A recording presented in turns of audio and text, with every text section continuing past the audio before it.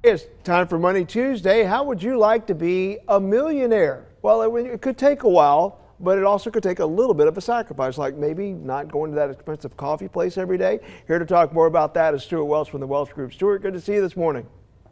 Good morning, Mike. I know we're talking about compounding interest, but look, if you take just a little bit and you put it in the right spot, that's kind of your point, right?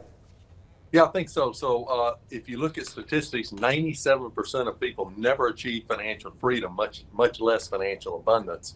And I'm going to make a bold statement here, and that is that Social Security should not be your most important retirement asset. You need to accumulate other assets. And when I talk to people, that 97% of people, basically what they say is, I can't save. I don't have any money left over. And when we dig in and look at their finances, what we find is they're not big holes in their financial ship. What we find is numerous, many pinholes. So what these pinholes are doing are allowing money to seep in. And Mike, to illustrate this, we did kind of a little research report. I was talking to one of my employees and I said, do you ever go to Starbucks and get, like one of those big lattes? She said, almost every day. And I said, well, how much that cost? And she said, well, if you get a big one, it's like $5 or more. And so I thought about, well, what would happen if she took that $5 and diverted it to an investment account? And so we did the math. And so you take $5, that's $150 a month, and you divert it to an investment account. It's all stocks. You earn 9%, which is the average return for the stock market. And if she's in her early 20s, after 40 years, you have basically $1 million. And that's the point. I think the point is that you got to pay attention to all of your money, but particularly you want to pay attention to the little expenses. This is just a cup of coffee. But when we look at their finances, there's so many ways that they could save money and divert that money to an investment account.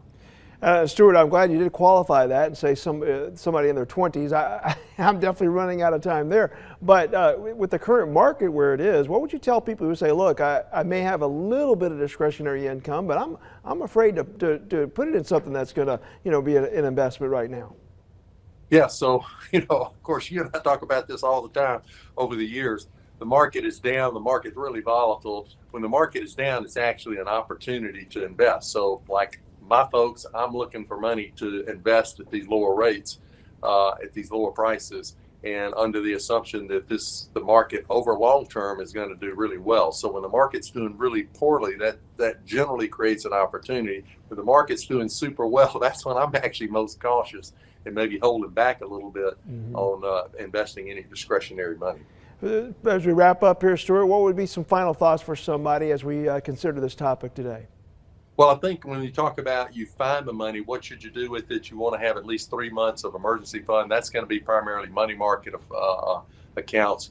Now you want to start investing in particularly matching 401k money. That's going to be primarily stocks. If you're doing college funding, that's a 529 plan. That's primarily stocks, particularly at the younger ages. And then finally, you want to be investing in personal accounts for long-term investing, for your retirement investing. That's also going to be primarily stocks. All right, some good information. Stewart Welch from the Welch Group. We appreciate it, man. Hey, let's go celebrate later. You can buy me some Starbucks. Well, I will definitely do that. All right, thank you so much. Thank you.